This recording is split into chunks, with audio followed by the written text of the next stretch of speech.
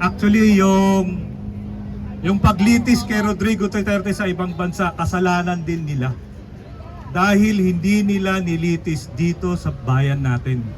Na tama, pwedeng karapat dapat na dito siya linisin. Pero tinanggi nila yung pagkakataon na yon. Tinanggi nila, kaya kasalanan nila yon. Kinailangan nating pumunta pa sa ibang tao upang makamit natin ang hustisya na kailangan ng mga tao, ng mga biktima. Yan ang hinihingi natin. Hustisya. 40 years ago, nakuha natin ng hustisya. Ngayon, hinihingi natin ulit sa pinakasinungaling, pinakawalang hiya.